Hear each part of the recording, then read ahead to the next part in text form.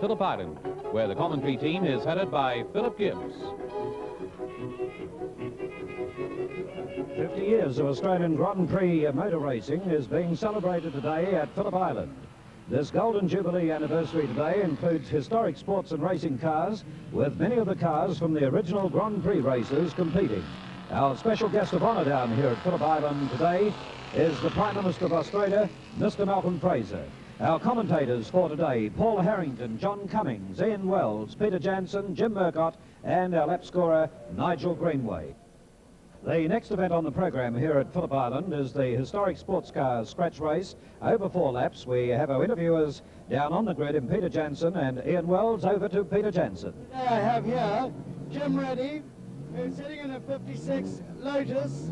Now this will be one of the few that's ever been built here, and it is an extremely beautiful car. And I think we'll pass over to Jim Reddy. What have you done with it up to date, Jim? I've done very little. I bought it about 18 months ago from Ross Williams in the car behind me, and I've run it at Winton in the historic meeting, a few hill climbs. It is a very quick little car. It's been beautifully put together, and I'm just hoping for a win today. Well, I think you ought to go very well in the web, but just take it easy. Thank you very much, Jim. That's Jim Reddy, and I'll pass you on now to Ian Wells.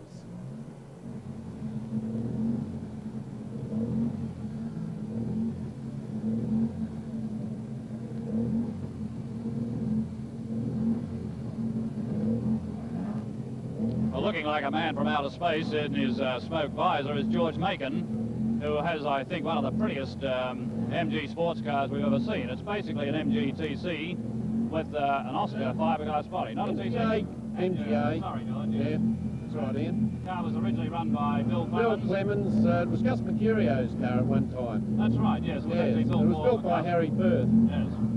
Raced in the very late 50s and early 60s. Of course, Gus would be very familiar to our Channel O viewers. Yes. And you've had the car for quite a number of years Oh, now. about 6 years. Yes. And a very regular competitor in many Oh, yeah, well, I historic try to events. get to them all, but costs a lot of money these days. Yes. Well, your new dealership there in Arnaberg Road should keep you pretty occupied too, I take it. Oh, yes, I'm afraid it does. Yes. But we still managed to get a little bit of time for it. Fair enough. Okay, George, you haven't got the best conditions today, but still, you're in a good position on the grid. Thanks very much, Ian. All the best. Good.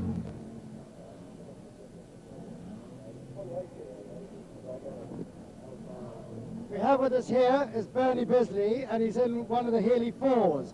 This has been raced for such a long time as I can remember here in Australia, and Bernie's done a very fine job with it. I think towards more of us younger people, this is our kind of a classic of a car. Bernie, how do you think you go today? I'm glad it's raining because me and the car like the wet very much. So I'm hoping to get second with a bit of luck, unless something else happens desperately up in the front. How many seconds between you and the pole position car up there, Bernie? I think it's about 3 or 4. 3 or 4. And how many more in the field today have we got in the Healys? I think there's 6 or 7 Healys, but Jim's S is pretty quick, so I had a good practice session and Jim had a bit of trouble, so I'm laughing. So you'll have to watch him. Well, all the luck, Bernie, because I think the Healys are one of the biggest clubs in Australia and the most enthusiastic. All the best, Bernie. Thanks, Peter. Right, we're back up here in the commentary position. We'll be showing you Miss Joan Richmond in a moment, who will be starting this race. Joan Richmond, of course, raced here on the original track, the old dirt track about 50 years ago, I understand, John. Yes, Joan Richmond was a very, very well-known pre-war lady racing driver, in fact, one of Australia's fastest. She was chosen by Captain George Easton of Land Speed Record fame to run with a factory MG team in 1935, and they were nicknamed the Dancing Daughters, these 3 girls that ran the team in 1935, and they won the team's prize, so she's a very, very famous woman driver in Australia. Yes, we will have quite a few of the people starting races here today who competed in the early days. Bess Dentry, Barney Dentry. Well, of course, we have the Prime Minister, Mr. Malcolm Fraser. I don't think he competed here 50 years ago, but he will be starting the main event on the programme. Les Murphy, of course, won the race in 1935, the Australian Grand Prix, and his car is here. And Phil Irving, of course, the bloke who put the V into Vincent. one of Australia's foremost motoring engineers, and also Doug Craig and pre-war racing driver Lester Jackson. Paul, a great lineup of cars there. Yes, it is a fantastic lineup. Unfortunately, as you can see, the pole car is missing from the left hand of your screen there. This was the very beautiful 1959 Lotus Elite, owned by John Blandon and driven by Dean Hosking. Unfortunately, it lost a wheel and the suspension broke, going to a very, very fast left-hander at Southern Loop, and the car just went end for end and was almost totally destroyed. Luckily, Dean Hosking walked away from it, but the car is a very, very bad mess, and bearing in mind that a Lotus Elite doesn't have a chassis, it's all plastic.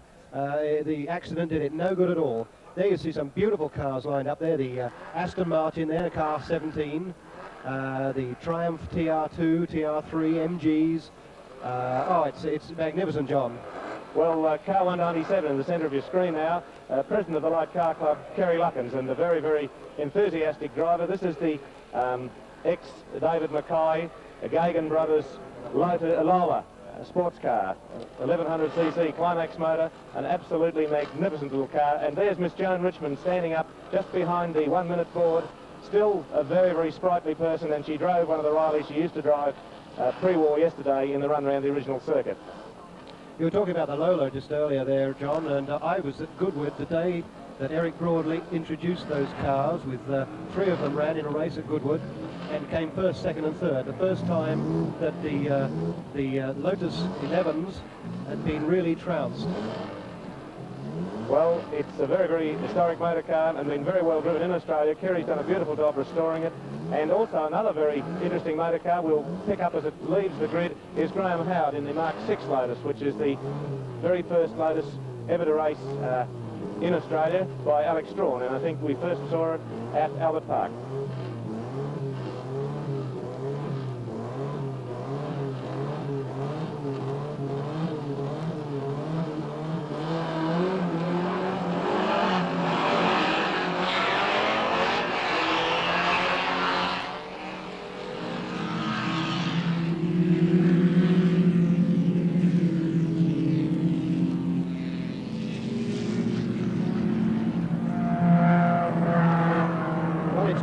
That's gone into a lead, and that is Jim Reddy in the Aaron Special, being closely followed there by car 112, Ross Williams in his Elfin Alpine.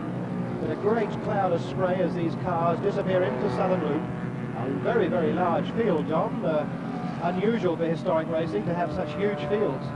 Well, we've got people from all over Australia and New Zealand and England today competing, so it's the day where everybody has tried to get their car to the island, because a lot of people have never competed in the island. Although the cars have, a lot of the drivers have never even seen the circuit up until this morning. And they're seeing it under very, very difficult conditions here today, but it's still Jim Reddy in the lead there with Ross Williams second, and we have a TR there. I can't quite catch the number, a TR2 in third place. Into Repco, this is going to be a tricky spot for them. There's a lot of oil out there and it doesn't mix too well with water. There we have the Healey's, the MGAs.